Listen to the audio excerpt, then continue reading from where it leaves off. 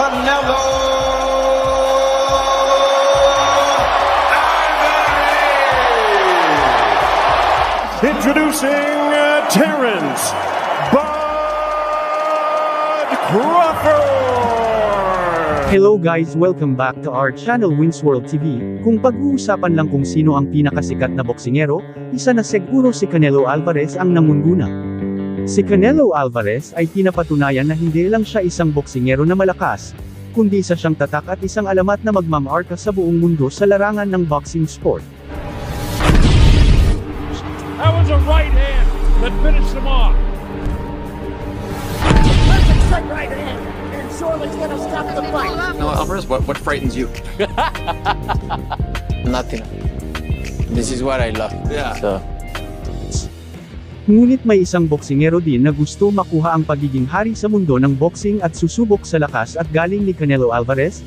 Ito ay walang iba kundi si undisputed and 2 World Division Champion Terence Crawford, na natili pa rin itong undefeated at siya ang haamon at susubok sa lahat ng mga boksingerong top contender ng bawat division. About trying to do rounds. This is not about trying to hear the final bell. This is about seizing a moment. As he says, the bag has been secured. Now it's about legacy. You know, it's about putting your name in the history books against one of the best fighters of all time. What they gotta say now? Kilala si Terence Crawford na isang maangas at matapang na boksingero na gustong maghari sa mundo ng boxing. Ang labanan Canelo Alvarez versus Terence Crawford ay laban ng mga malalakas na gustong maghari sa mundo ng boxing. Dito rin masasagot ang lahat ng mga katanungan kung sino talaga ang tunay at karapat dapat maging hari sa mundo ng boxing. To give credit where credit is due, Canelo is a very special fighter. And the fact that he has a whole country on his back and just millions of people worldwide supporting him is not for no reason. It's not because he's a Mexican, you know, it's not because it's from a specific place. It's because he's good and it's deserving. His record speaks for itself. He fights anyone. Kovalev, a light heavyweight, step back down, he takes on the super middleweights. He's fearless. Yes. Are you serious about fighting Canelo Alvarez? Of course. Are you confident that that fight is a fight that you can win? Well, I'm always confident that I can win any fight that I step foot in the ring.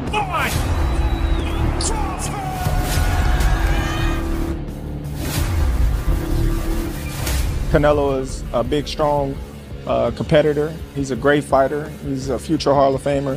And that's what we in the game for, is to leave a legacy that will last, surpass our lifetime. How he loved to challenge himself as a person. And I know what kind of journey he's trying to get to. I know that personally. Hey man, he gonna walk away with a star on his back. Do you box him and move him? Do you stand in front of him? This is a Mexican warrior. He punches hard, he's big, he's strong. People aren't gonna doubt you because you've got the skills. They know you've got the ability, you've got the skills. This guy's got the skills and the ability. We've seen it time and time again. But he's big and strong. Are you big enough to take on this guy toe to toe and have a tear up with him? That's why we fight. So all the questions can be answered on fight night. Are you going to take him on though? Or are you going to box and move? That's why we fight. What's going to happen? So man? all the questions can be answered fight night.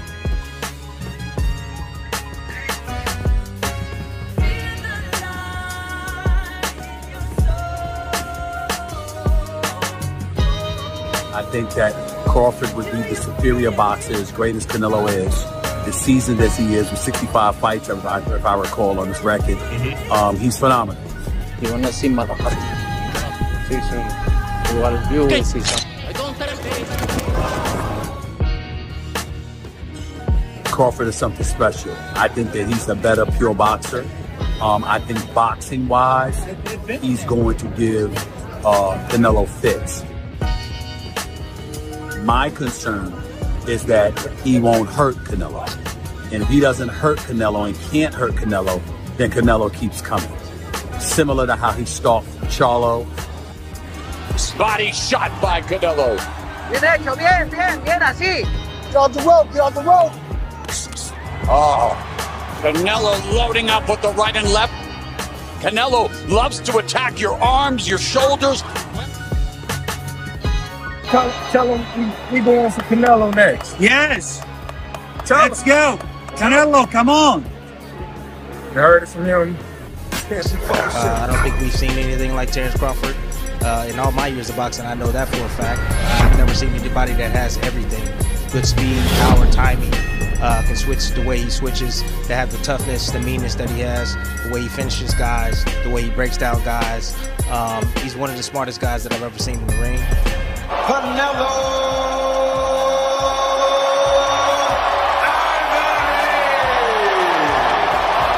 Introducing Terence Crawford!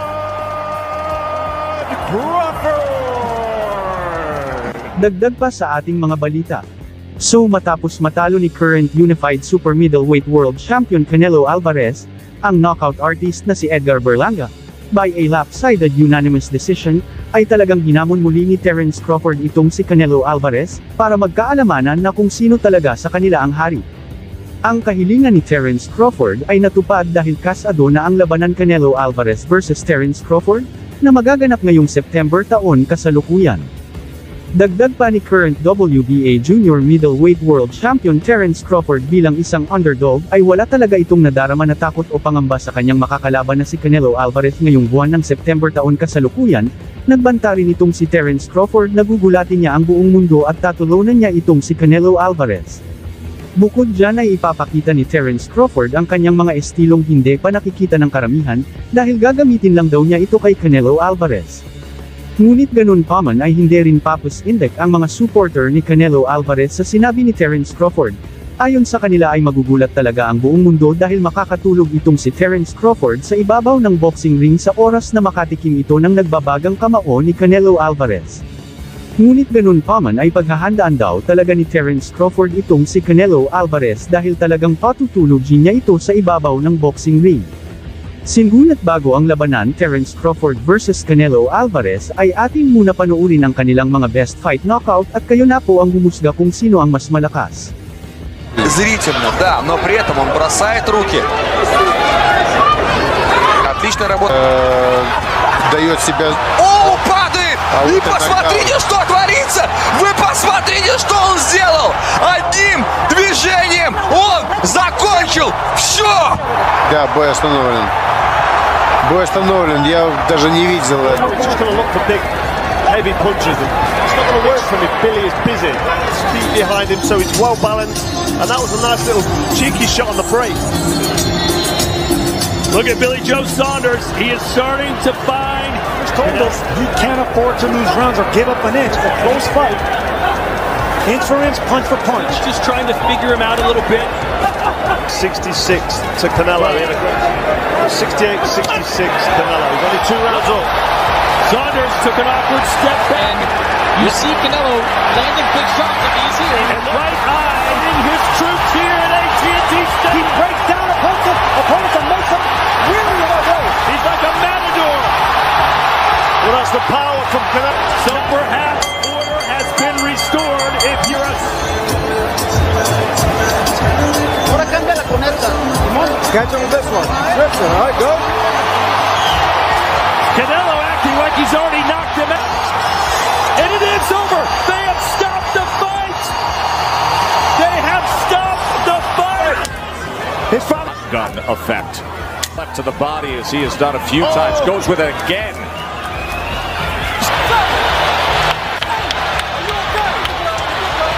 Terence Crawford. Porter. Jab. Right. And another combination. Beautiful work by Crawford. And he's stopping the fight.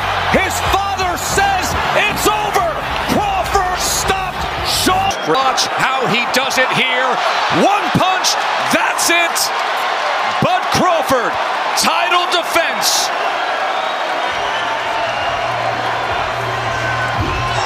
Remember yesterday at the weigh-in, what almost touched the chin. Sitting on the ropes and shaking his head is not how he wants to end this fight, Kanyang nakalaban ay si Antonio Nieves na ginanap sa StubHub Center, Carson, California, USA. Right by the solar plex. Nieves hesitates. Pangalawa ay si Emmanuel Rodriguez na ginanap sa The S Hydro, Glasgow, Scotland, United Kingdom.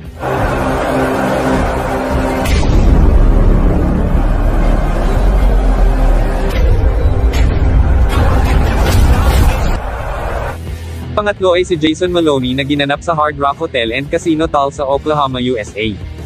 At ang pang-apat ay si Michael Dasmariñas na ginanap sa Virgin Hotels, Las Vegas, Nevada, USA.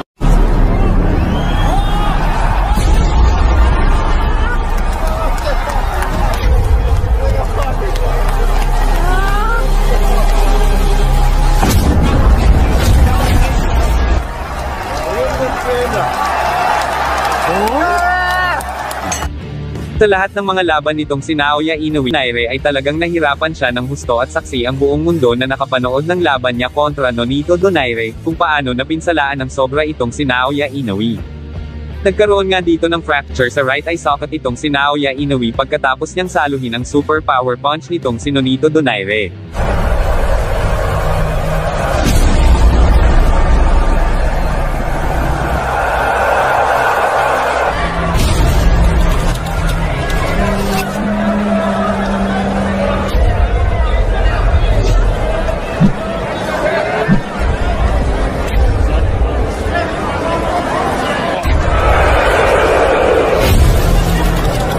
Alam naman natin na talagang malakas din itong si Ahmad Ali, kaya madami din ang naniniwala na kayang-kaya niyang patumbahin si Inoue.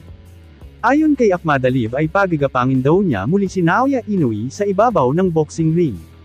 Malakas din ang determinasyon at paniniwala ni Ahmad Ali na hindi na niya at kung kailan ito susugod, na kapag nakatama ay panigurado hindi na ito makatayo si Inoue sa sobrang lakas. Kaya talagang delikado si Inoue. Ayon sa ating mga napanood na laban ni Inoue, karamihan doon ay pinatumba niya sa pamamagitan ng body shot niyang nakamamatay.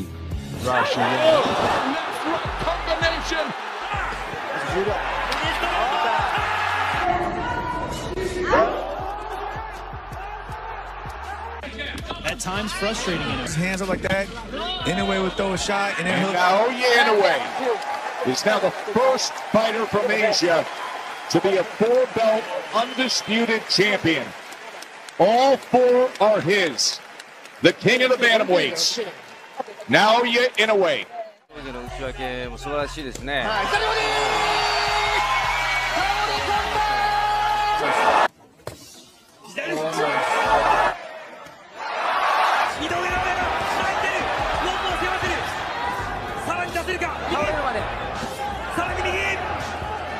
残り30秒、さらに右が出る。マンションを下がらせる。井上尚弥、世界に向け、このラウンド、さらにダッシュを重ねる。ここでレフェリーが試合を止めました。そうですね、ちょっとまあ、世界史は川島さんもこれチャンピオンです。第1ラウンドからこの下ろしていきます。そして左からアメリカ出ますね。力が入っています。力が入っています。圧倒しています井上尚弥。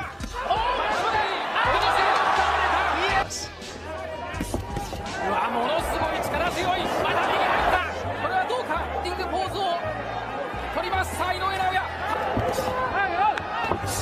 ワンツー左。直哉強い。だもう立ち上がることはできない。ノックアウトどうか。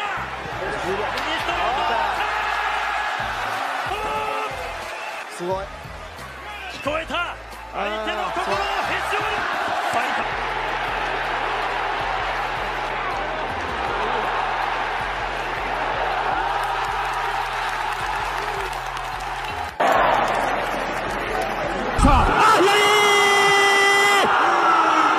カシメロの左が火を吹いた。2度目に匹敵するものを見せなくてはいけない両者、ジョン・リエル・カシメロ VS サウル・チャンス・サンチェス。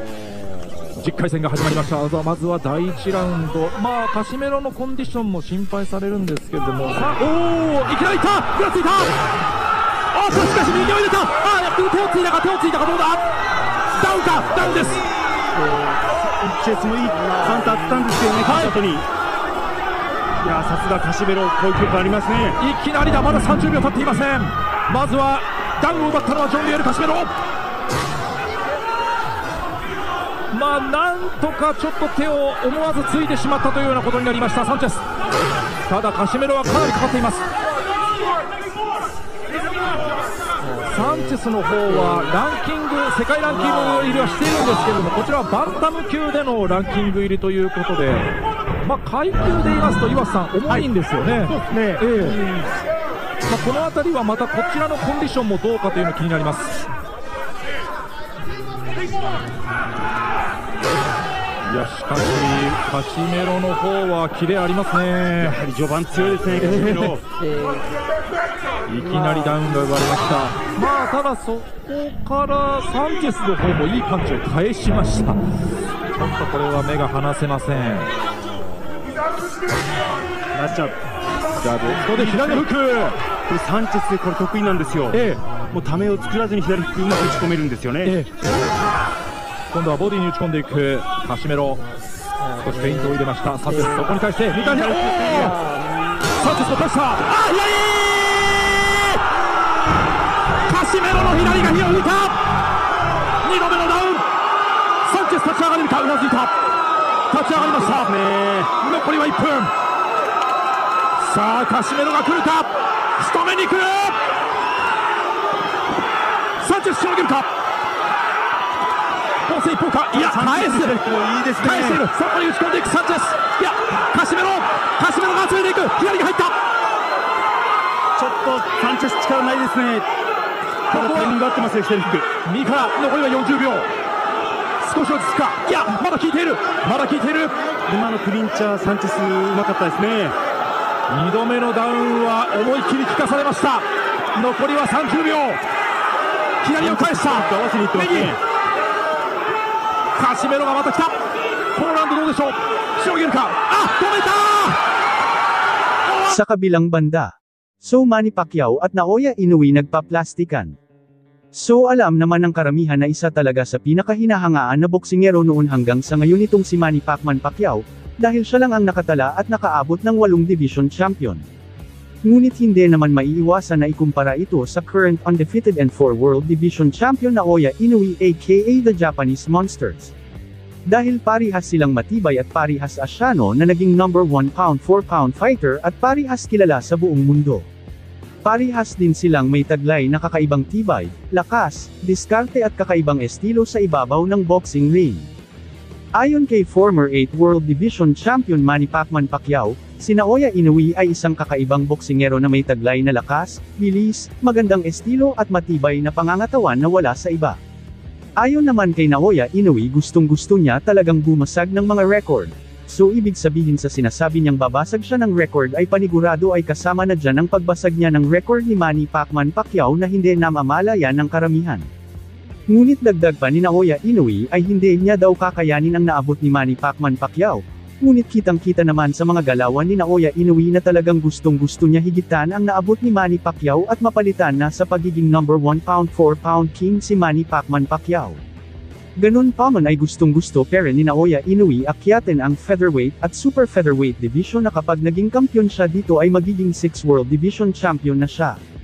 Pag nangyari yun ay tiyak aakyat muli ito ng division hanggang sa mahigitan na niya ang record ng ating pambansang kamao Manny Pacquiao, kaya sa ngayon ay plano talaga ni Naoya Inoue at buong bansang Japan na higitan ang pagiging 8 division world champion ni Manny Pacquiao, para ang bansang Japan na boksingero, ang hihirangin na bagong pound-for-pound king.